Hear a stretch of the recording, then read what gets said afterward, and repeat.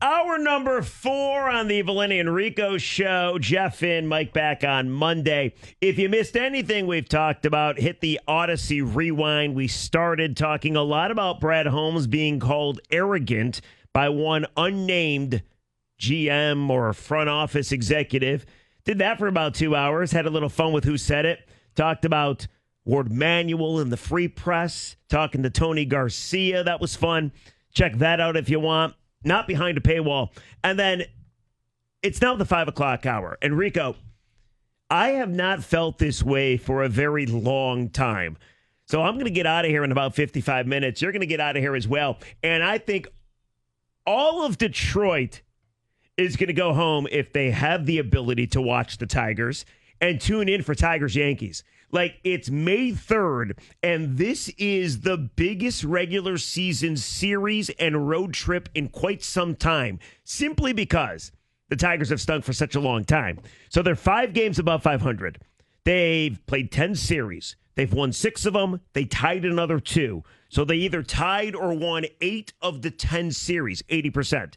They got a great pitching staff. They got a great bullpen, and they got an offense that stinks.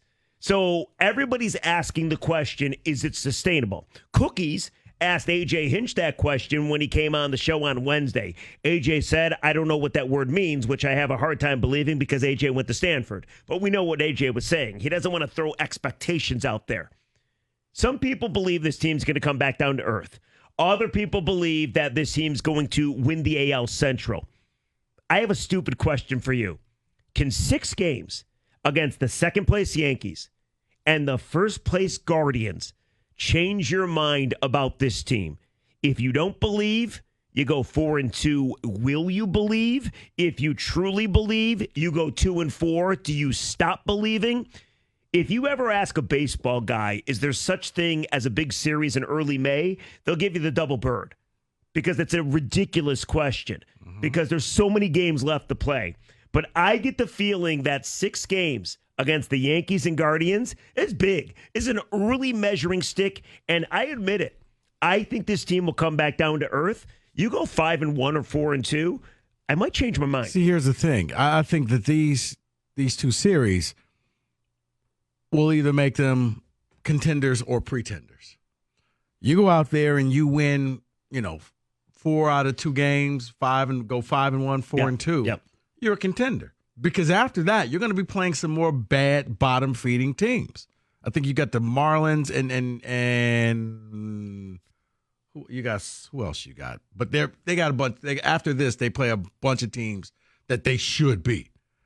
So this is going to set the table. Is this fool's gold? Should I really buy into this team? You go out there and you beat the Yankees in the series and you beat the Guardians in the series, and maybe you don't care about the run differential. Maybe you don't care about how, they're winning games on luck. Maybe that's just what they're doing right now, and you just have to buy in.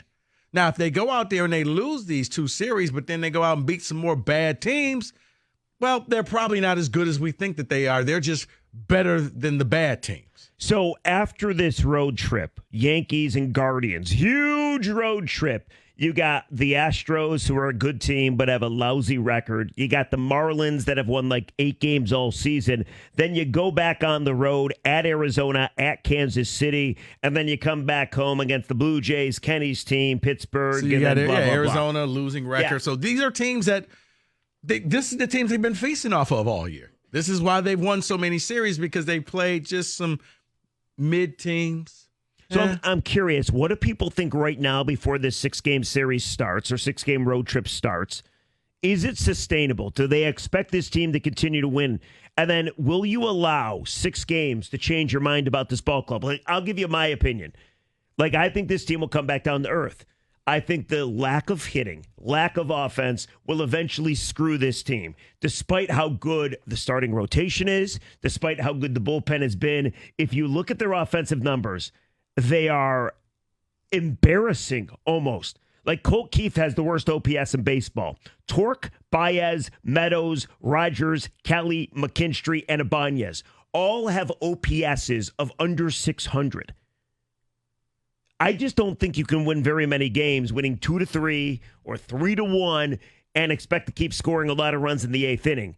But I'm stupid. But here's because the thing, if they though, do Rieger. this in the next 6 games, I might change my mind. No, but if you keep doing this, if you keep staying above 500, what you're hoping for, what you're banking on is all of a sudden the bats will start to light up. All of a sudden the young players, it will hit. All of a sudden Torque will become that guy that what you wanted him to become.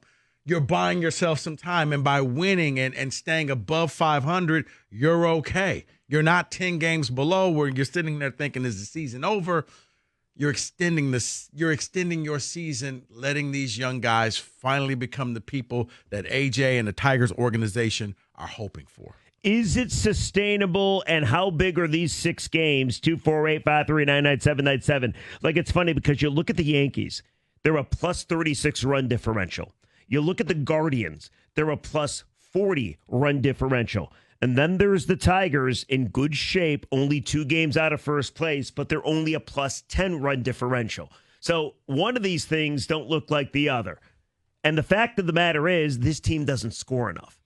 And there's way too many dead spots in the offense. So I can't buy in until they make me buy in. Right. I mean, but is it too early to say you'd buy in early May? Contender or pretender? You go out there and you win these 2, Rieger, say what you want. You could say they're lucky. They're not scoring enough runs. The offense is bad. They're doing enough. And you did it against good teams where, look, different sport, but like for me, early on last year when the Lions went to Kansas City and beat them, Kansas City didn't have all the pieces, but it's like, you know what? This may be different. This may be different, people. You go to New York, you go to Cleveland, and you win those. This is different. Because then you back that up with games that you should win those series. Yeah, just, don't do what you did against the A's, because I still can't believe that series. The A's have won some ball games. And by the way, have you seen Tyler Nevin? Do you remember him from last year? I'm not going to do this, but I think everybody does this.